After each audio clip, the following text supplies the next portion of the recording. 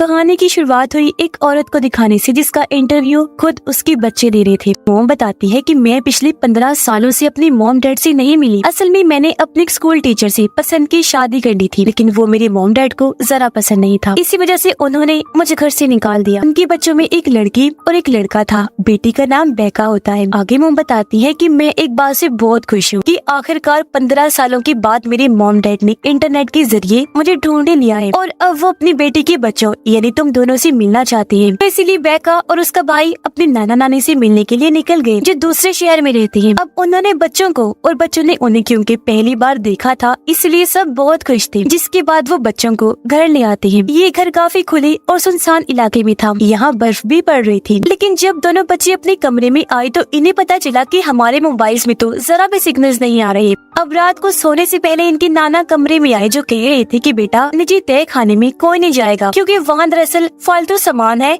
काई जमी हुई है, तो तुम लोग फिसल कर गिर भी सकते हो। और हाँ बच्चों, तुम जानते तो हो कि मैं और तुम्हारी नानी बूढ़े हो गए हैं, तो हम बहुत जल्दी ही सो जाते हैं, तकरीबन 9:30 बजे। इसीलिए हमने असूल बनाया हुआ है कि 9:30 बजे के बाद कोई भी कमरे से बाहर नहीं जाता, तो तुम भी ख्याल रखना इस वक्त की बात कोई बाहर ना निकले। इतना कहकर वो वहाँ से चले जाते हैं। पर जैसे ही रात की 10:23 हुई, बेका जो सोई नहीं थी, उसका अपनी नानी की बनाई हुई पसंदीदा डिश खाने का दिल कर रहा था। इसीलिए मना करने के बाद भी वो चुपके से अपने कमरे से बाहर आ गई। साथ साथ वो वीडियो भी बना रही थी। पर तभी अचानक उसने अपनी नानी को बड़ी अजीब हालत में देखा। उन्होंने काफी खुले सफेद रंग के कपड़े पहन रखे थे, बाल भी खोले हुए थे, जगह जगह वो उल्टियां कर रही थी। ये देखकर बेका पूरी तरह से हैरान रह गई, तो वापस अपने कमरे में आकर सो जाती है। लेकिन अगली सुबह जब उसकी आंख खोली तो बाहर आकर उसने देखा कि नानी तो बिल्कुल ठीक है, जो उसके भाई टाइलर के साथ बैठी बातें कर रही हैं, साथ ही उनके लिए नाश्ता भी बना रही हैं। इसीलिए वो अपने नाना के पास जाकर कल रात के बारे में बताती है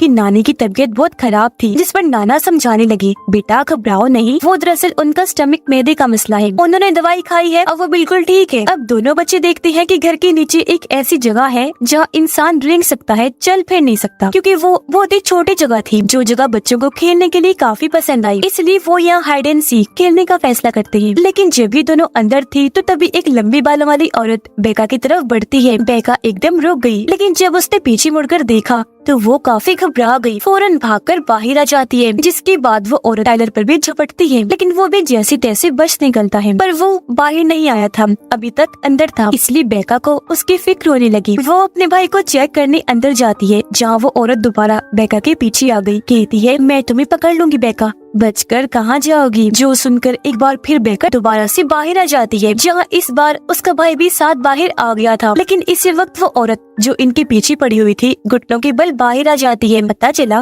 कि वो और कोई नहीं बल्कि बच्चों की नानी है, जो इनके साथ मजाक कर रही थी। इनको डरा कर वो जोर जोर से हंसने लगी। उनके जाने के बाद बच्चों को बहुत गुस्सा आया। खैर अब ये अपनी नाना के साथ उस स्कूल में जाते हैं जहाँ इनकी मॉम पढ़ा करती थी। इनके पास कैमरास थे, जिनमें वीडियो ये इसलिए बना रहे थे क्योंकि यहाँ की वो पूरी फिल्म बनाना चाहते थे। वहाँ पहुँचकर इन्हें नाना कहते हैं कि मुझे कुछ अजीब लग रहा है, जैसे कोई हमारा पीछा कर रहा है। वहाँ एक लड़का खड़ा था, जिसके पास नाना जाकर बगैर सोचे समझे उसे पीटने लगते हैं। हालांकि बच्चे उन्हें मना भी करते हैं, लेकिन नाना ने नहीं सुना, जिस बात से बच्चों को काफी हैरानी हुई, क्योंकि सच में वो इनका पीछा नहीं कर रहा था, वो तो इनको जानता तक नहीं था। रात को जब दोनों बच्चे अपने कमरे में सो रहे थे तो तभी अचानक बेका की आंख एक आवाज से खुल गई। दरवाजे के पास जाकर जब उसने कान लगाकर सुना तो ऐसा लग रहा था जैसे बाहर कोई दीवार या दरवाजे को खुरच रहा है। फौरन अपने भाई को जगाकर इस बारे में बताती है। टाइलर कहता है कि हमें दरवाजा खोलना चाहिए। दरवाजा खोला तो वो अपनी नानी को एक बार फिर बड़ी अजीब हालत में देखते हैं। मुंह दीवार की तरफ किया हुआ था, अपने नाखूनों से जोर जोर से दीवार को खुरच रही थी। इससे पहले कि नानी की नजर इन पर जाती, वो जल्दी से दरवाजा बंद कर देती हैं। पर अब इनकी हालत काफी खराब हो गई थी। अगली सुबह बेका अपनी नाना को नानी की अजीब हरकतों के बारे में बताती है। समझ नहीं आ रही कि उनके साथ क्या है। जिस पर नाना बताते हैं कि तुम्हारी नानी को एक दिमागी बीमारी है। जैसे रात को कुछ लोग नींद में चलते हैं ना, क्योंकि उन्हें ये बीमारी होती है, वैसे ही तुम्हारी नानी को जो बीमारी है उसे सनडाउन कहा जाता है। इसमें लोग सूरज की ढलती रात की अंधेरे में अजीबोगरीब हरकतें करते हैं। उस टाइम उसे कुछ होश नहीं होती और ऐसा 9:30 बजे के बाद ही होता है। तो अब तुम दोनों के लिए बेहतर होगा कि इस टाइम की बात अपने कमरे से बाहर मत निकलना। कुछ देर बाद खिड़की से इनकी नानी कहती है, बच्चों आई एम सॉरी, मुझसे गलती हो गई है। साफ सफाई करते हुए तुम्हारे लैपटॉप की कैमरा पर मुझसे कुछ लग गया है। हालांकि मैंने वो बहुत साफ करने की कोशिश की पर नहीं हुआ। ये सुनकर टाइलर को अपनी नानी पर शक होने लगा कि उन्होंने ऐसा जानबूझ के किया और रात में जो वो हरकतें करती है वो भी जानबूझ के ही करती है। जिसके बाद ये कॉल पर अपनी मॉम से बातें करती है। टाइलर अपनी मॉम को बताता है कि मामा मुझे यहाँ बिल्कुल अच्छा नहीं लग रहा। नाना और नानी बहुत अजीब हैं, उल्टे उल्टे हरकतें करते हैं। जो सुन उसकी मोम हंसने लगी। अरे बेटा ऐसा कुछ नहीं है, वो बहुत अच्छी हैं, तुम लोगों से प्यार करती हैं। तुम्हें ऐसा इसलिए लग रहा होगा क्योंकि वो बूढ़े जो हो गए हैं। तो मेरा बच्चा परेशान ना हो, आराम से रहो, एंजॉय करो। बेका भी अपनी मोम की हाँ में हाँ मिलाती है। थोड़ी देर बाद बेका अपनी नानी के पास जाती है। नानी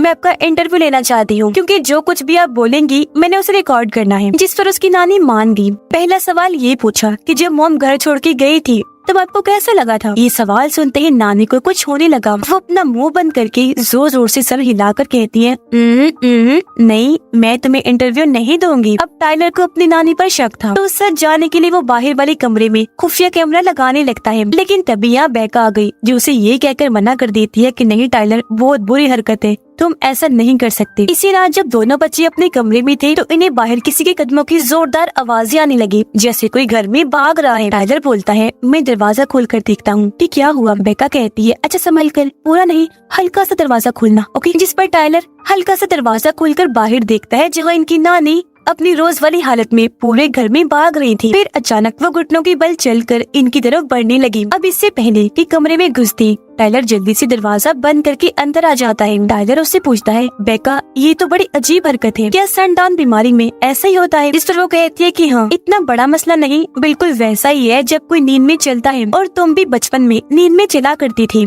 अगली सुबह यहाँ एक औरत आई जो पड़ोसन थी। वो बच्चों से पूछती है कि तुम्हारे नाना नानी कहाँ है? बच्चों ने बताया कि वो तो अभी घर पर नहीं है और आप किस लिए आई हैं? जिस पर वो बताने लगी वो दरअसल सैटरडे को उन्होंने हॉस्पिटल आना था। क्योंकि वो नहीं आई तो मैंने सोचा कि खुद ही आ जाती हूँ उनसे मिलने। क्योंकि जब मैं हॉस्पिटल में दाखिल थी उन्होंने मेरे साथ साथ बाकी मरीजों का भी बहुत ध्यान रखा क्योंकि वो यहाँ के हेड हैं जो लोगों की मदद करते हैं। इसी वजह से मैं उनके लिए केक लाई हूँ। अब कुछ देर बाद जब उनकी नाना नानी घर वापस आई तो बेका को नानी की जोर जोर से हंसने की आवाजें आई। जब ये वहाँ गई तो नानी कुर्सी आगे पीछे करके दीवार की तरफ देखकर हंस रही थी। बेका फौरन उनके पास गई, पूछती है नानी आर यू ओके? ऐसे जोर जोर से क्यों हंस रही हैं आप? जिस पर नानी बताने लगी बेटा मेरे अंदर एक खौफ है, एक डर है, बहुत ही खतरनाक किस्म का। जो कहकर वो अपने गले वाले स्कार्फ को मुंह पर लाकर अपना दम घोटने की कोशिश करती है ताकि वो मर जाए। ये देखकर बेका घबरा गई, कहने लगी स्टॉप नानी, नानी स्टॉप, क्या करेंगे आप? ये करना बंद करेंगी? और तभी वो उनके हाथ रोककर जैसे तैसे उनको रोक लेती है। नानी ये सब क्या हो रहा है, ऐसा क्यों किया आपने? तब नानी बहुत मासूम अंदाज में कहती है बेटा मेरे अंदर का डर इतना खतरनाक है कि उसे झेलने और छुपाने के लिए मुझे हंसना ही पड़ता है। बेका को ये सुनकर अजीब लगा तो सारी बात बताने के लिए वो फौरन अपने नाना के पास गई। लेकिन देखती है कि नाना जी गन का मुंह अपने चेहरे की तरफ करके अपनी जान लेने के लिए तैयार बैठी है। पर जब उनकी नजर बेका पर पड़ी वो बौखला गई, घबराहट में गन को साफ करने लगी। कहते हैं वो बेटा मैं गन साफ ही कर रहा था, खुद पर तो नहीं चलाने वाला था। जो देखकर उसे अजीब लगा। वो समझ गई कि यहाँ कुछ तो गड़बड़ है। न सिर्फ नानी बल्कि नाना को भी कोई जहनी बीमारी है या कुछ चीजें ऐसी है जो हमें समझनी होंगी। इसीलिए वो अपने भाई के साथ उस जगह पर खुफिया कैमरा लगा देती है जहाँ उसका भाई पहने लगाने वाला था। जिसके बाद ये दोनों अपने कमरे में आ गए। लेकिन जैसे 9:30 बजे की बात का टाइम शुरू हुआ नानी हाथ में चाकू लिए इनके कमरे के बाहर मंडलाने लगी और फिर इनके दरवाजे पर दस्तक देने लगती है। अगली सुबह उठकर जब इन्होंने कैमरा चेक किया जो देखकर दोनों बच्चे काफी डर गयी। बेका उसे कहती है कि आज हमारा यहाँ आखिरी दिन है, कल हम यहाँ से चले जाएंगे, ठीक है ना? तो घबराओ नहीं और हाँ सब कुछ ऐसे करना है कि उन्हें शक न हो। फिर जब ये दोनों बाहर खेल रही थी तो नाना आकर पूछते हैं कि सब ठीक तो है ना बच्चों? बेका जवाब देती है कि सब ठीक है नाना जी, लेकिन मैं आपका इंटरव्यू लेना चाहती हूँ। और अब वो अपने नाना को बैठाकर उनसे सवाल जवाब करती है। पूछती है जब आप काम किया करती थी तब आपको कैसा लगता था? नाना कहती है कि काम के दौरान मुझे हर वक्त एक सफेद रंग की परछाई दिखती थी जिसकी आंखें पीली पीली थी जो हमेशा वहाँ घूमती रहती थी। ये सुनकर बेका को यकीन हो गया कि जरूर नाना के साथ भी कोई गड़बड़ है क्योंकि सवाल वो कुछ कर रही थी, जवाब उसे कुछ और नहीं मिल रहा था। साथ ही यहाँ पता चला कि नाना को एक ऐसी बीमारी है जिस वजह से वो हमेशा डायपर पैम्पर पहन के रखते थे, क्योंकि उन्हें कंट्रोल नहीं था। उन्हें बिल्कुल भी पता नहीं होता, वो अपने कपड़े गंदे कर लेते हैं। अब कुछ देर के बाद इनकी वही पड़ोसन आती है जो केक लेकर आई थी। बच्चे ऊपर से देखते हैं कि नीचे नाना नानी उस औरत से किसी बात को लेकर बहस कर रही थी, लेकिन थोड़ी देर बाद वो उसे अपने साथ अंदर ले जाने के लिए मान जाते हैं। कुछ देर के बाद नाना नानी बाहर आए, जिन्हें देखकर टाइलर बेका को बताता है कि ये दोनों उस औरत को भी साथ लेकर गए थे, पर ये अकेले ही बाहर आए,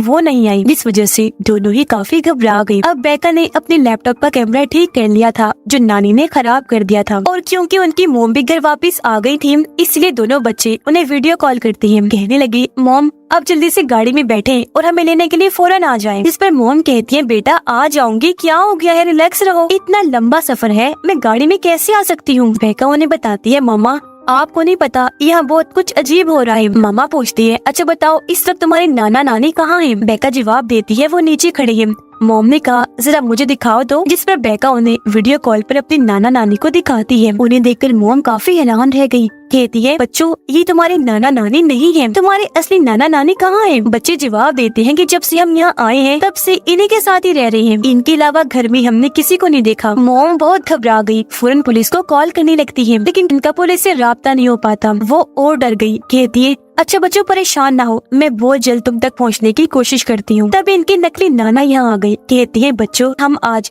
बोर्ड गेम खेलेंगे। जैसे ही रात हुई दोनों बच्चे यहाँ से निकलने का प्लान बनाने लगे। उन्होंने जैसे दरवाजा खोला कि उस पड़ोसन की लाश बाहर पेड़ पर लटकी हुई है। इससे पहले कि यहाँ से निकलती नकली नाना आकर दरवाजा बंद कर देते हैं। कहने लगे, आ जाओ बच्चों अब हम बोर्ड गेम खेलते हैं। पर गेम के दौरान बेका कहती है, वो मेरे कैमरे की बैटरी लो हो गई है, मैं जरा इसे चार्ज पर लगा के आती हूँ। यह नाना ने टॉयलेट कपड़ों में कर दिया था, इसलिए वो भी यहाँ से चले गए और अब यहाँ सिर्फ नानी और टाइलर ही थे। अचानक उसकी नानी नॉर्मल से अजीब तरह खाना शुरू कर देती है, फिर कैमरा की तरफ देखकर जोर से चिल्लाने लगी। कुछ देर बाद जब नकली नाना वापस आई तो नानी को बड़ी अजीब पोजीशन में खड़ा हुआ देखते हैं और बस एक ही बात कहते हैं, लगता है 9:30 हो गई, इसलिए वो उसे कमरे के अंदर ले जाते हैं। अब बेका तय खाने में जाती है क्योंकि वो यहाँ असली नाना नानी को ढूंढने आई थी। यहाँ आकर उसे असली नाना नानी की तस्वीर मिल जाती है, साथ ही एक शर्ट भी जिस पर मेडल हॉस्पिटल के बारे में लिखा हुआ था, जो दरअसल एक पागल खाना था। फिर बेका वहाँ रखी एक कंबल को जैसे हटाती है, वहाँ इसे 2 बूढ़े लोगों की लाशें दिखती हैं, जो और कोई नहीं बल्कि उसके असली नाना नानी थे, जिन्हें देख वो बेहद डर गई। लेकिन तभी यहाँ उनके नकली पागल नाना आ जाते हैं। असल में मेडल हॉस्पिटल वाली जो शर्ट बेका को मिली थी वो इन्हीं की थी, क्योंकि इनका दिमागी तवाज़ुन बिल्कुल भी ठीक नहीं था, ये वहाँ दाखिल थे। दरअसल इनकी असली नाना नानी हॉस्पिटल जाया करते थे लोगों की मदद करने के लिए, तब ये दोनों भी उसी हॉस्पिटल में ही मरीज थे। असली नाना नानी इन दोनों को अपने घर ले आए थे, पर क्योंकि ये तो पहले ही दिमाग से पागल थे, इन्होंने असली नाना नानी को मार दिया और उनकी पहचान खुद ले ली। इन्होंने पड़ोसन को भी इसलिए मारा था क्योंकि वो जान चुकी थी कि ये दोनों असली नहीं बल्कि नकली हैं, क्योंकि ये सब एक ही हॉस्पिटल में थे। और अब वो जबरदस्ती बेका को ऊपर ले आती हैं। कहने लगी कि आज हम सबकी आखिरी रात है। ये बेका को उस कमरे में बंद कर देता है जहाँ इनकी नकली पागल नानी है। इस वक्त भी नानी को पागलपन का दौरा पड़ा था। एकदम झपट कर वो बेका पर हमला कर देती है, फिर दोबारा पीछे हटकर चादर ऊपर लपेटकर उसे डराने की कोशिश करती है, जिससे उसकी हालत बहुत खराब हो गई।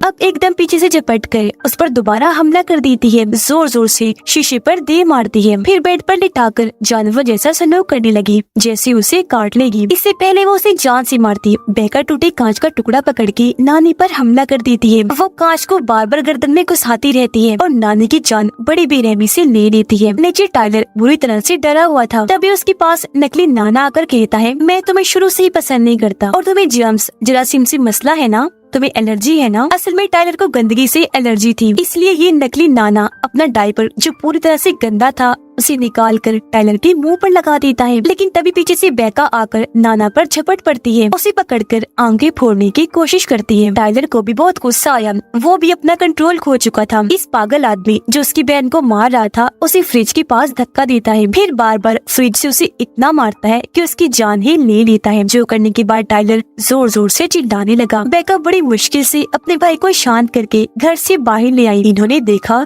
कि हमारी मॉम पुलिस को लेकर यहाँ आ गई है। अब बच्चों की मॉम इनके पास आकर बहुत रोने लगी। बेका अपनी मॉम को संभालती है, एक दूसरे के गले से लगकर बहुत रोती है। इस फिल्म की कहानी यहीं पर खत्म हो जाती है।